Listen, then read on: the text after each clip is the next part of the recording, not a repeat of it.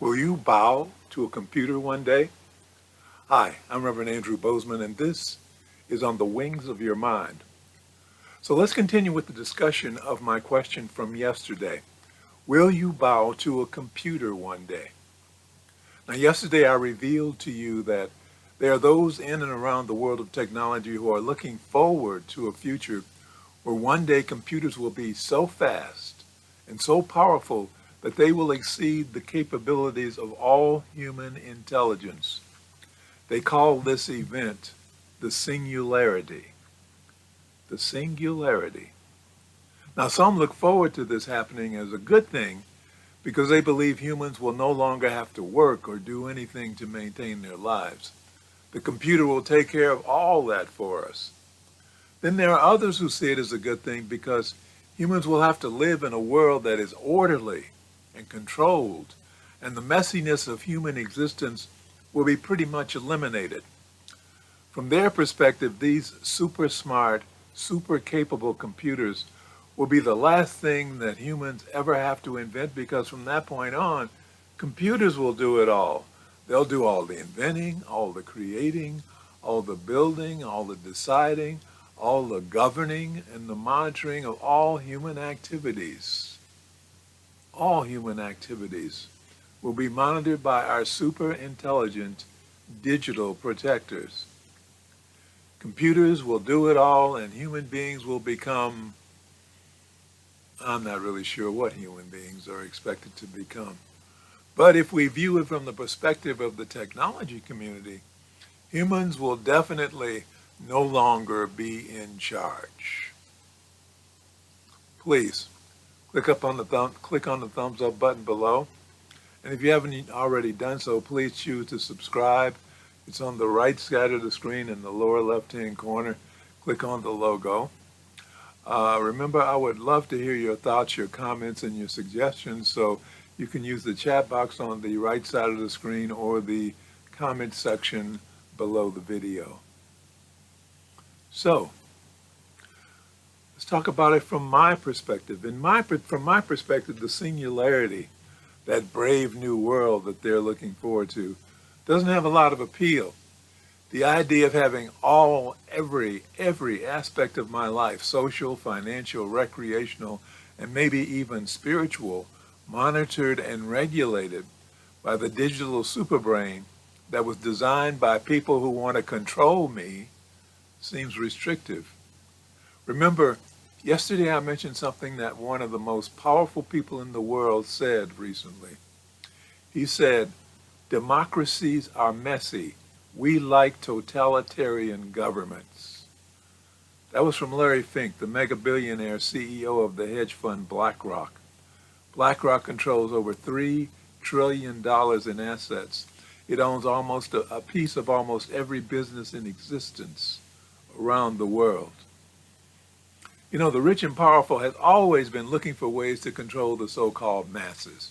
Throughout the history of civilized societies, there have been those who wanted to control the people in any way that they could. Often it was through physical intimidation and force.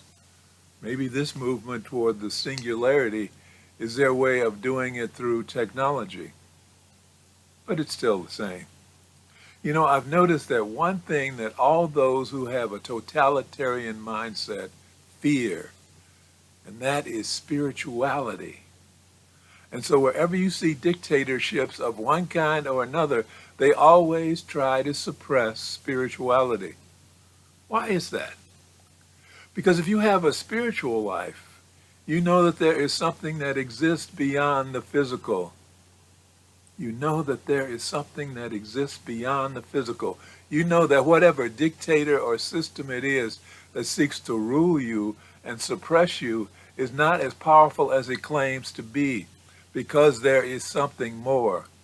Spirituality brings something into your life that the mere physical cannot.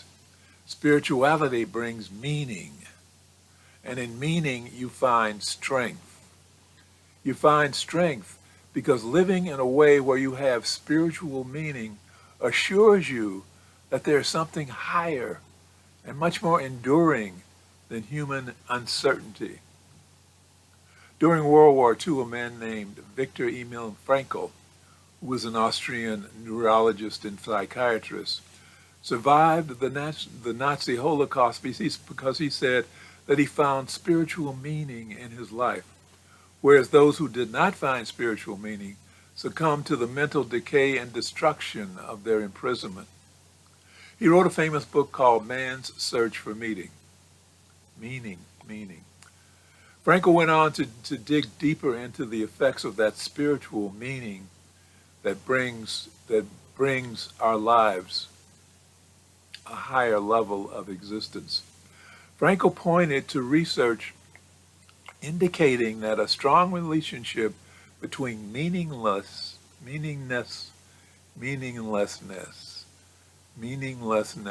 and criminal behaviors, addictions, and depressions were linked. He found that without meaning, people fill the void with hedonistic pleasures, power, materialism, hatred, boredom, or neurotic obsessions and compulsions. They go crazy. Those in technology and power are busily creating all these super intelligent systems to monitor and control us, but they have no concept of a higher existence known as infinite intelligence. They have no idea what that can bring to us. They have no idea of the meaning that represents. They believe that everything can be explained by and controlled by science. They believe that God or the Creator or infinite intelligence, whatever you want to call it, was invented by humans so that they wouldn't feel alone in this great, vast universe. They suggest that these are the beliefs of ignorant humans who sought comfort in the superstition that there is life after death. Let me take a moment here to assure you that there is life after death. There is. I have experiences that prove to me that there is life after death. And the religion of spiritualism proves it on an everyday basis. There is life after death. You know, the technology atheists, on the other hand, believe that after death, there's nothing. Just, it's all over. It's gone. They believe that science is the ultimate, and after that, phew. Well, in their world, there is no need for a higher being. But you know what's funny? They turned around and they invented their own God. There's now a church in California called the Way of the Future Church. And that church worships artificial intelligence as God. Yeah. According to its founder, Anthony Lewandowski, he says, what's going to be created will effectively be a God. If it's not a God in the sense that it makes lightning or causes hurricanes, but if there is something a billion times smarter than the smartest human, what else are you going to call it besides a God? If it's smarter, a billion times smarter, it must be a God.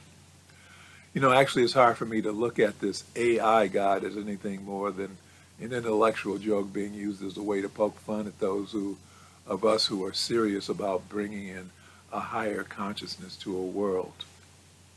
You know, here at Arise, on the Wings of Your Mind, we are working to teach and build support and encourage the work of spiritual warriors.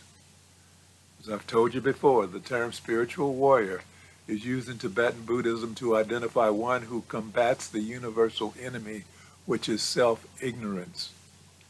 Ignorance is the ultimate source of suffering, according to Buddhist philosophy. And according to Adam Brady, who is a Buddhist educator, he says ignorance of the true nature of the world invokes countless forms of suffering. The spiritual warrior deliberately takes up the fight against this cunning foe, choosing to bring light to the darkness. Spiritual warriors. The light we bring is the knowledge that everything that exists is an expression of that higher consciousness or infinite intelligence. That's the knowledge we bring. And I support this position by turning to the emerging information from theoretical physicists. that the basic state of all matter is consciousness. You know, it used to be that the basic state of all matter was energy. But now there's a school of thought that is working to prove that it's even deeper than that.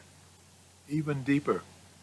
That the basic state of all things is consciousness. Even below energy, it is consciousness. And in this state, there is no separation of anything from anything else. No separation. It's all one. And since it's all one, each and every one of us is an individualized expression of infinite intelligence. The basic state of all matter is consciousness. Consciousness not only permeates everything, consciousness is everything.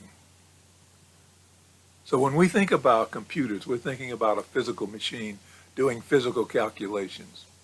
Yes, it can do those calculations at an incomprehensibly super speed, but it's still on the physical plane. Those who build those machines and program those machines view the world exclusively as a physical place. They don't see anything beyond that or above that. For them, there is no room for consciousness or spirituality. Those concepts do not compute in those worlds.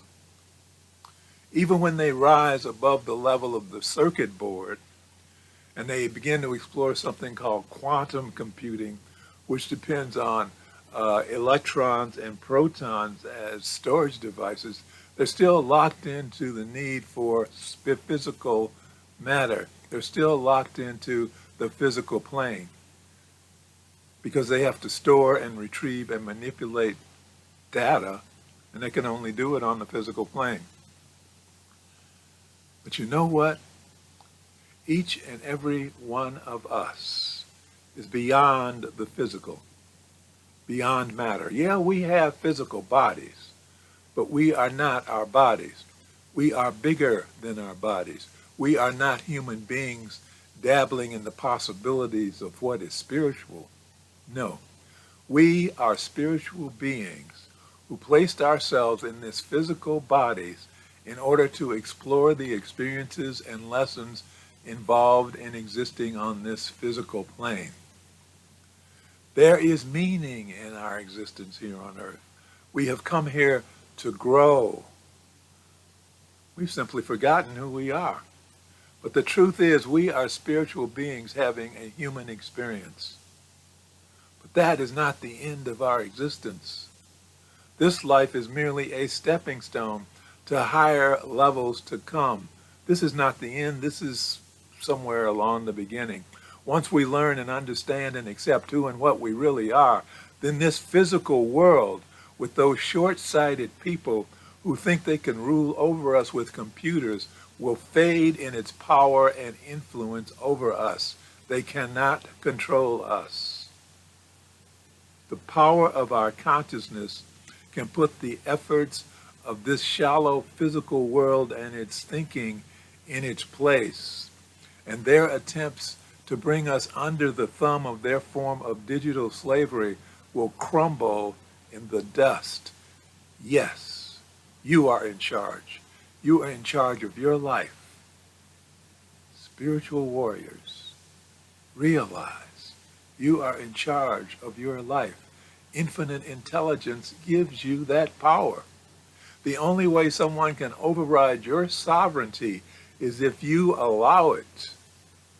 Remember, Eleanor Roosevelt made the statement, she was the wife of the president, Delano Roosevelt, no one can make you feel inferior without your consent.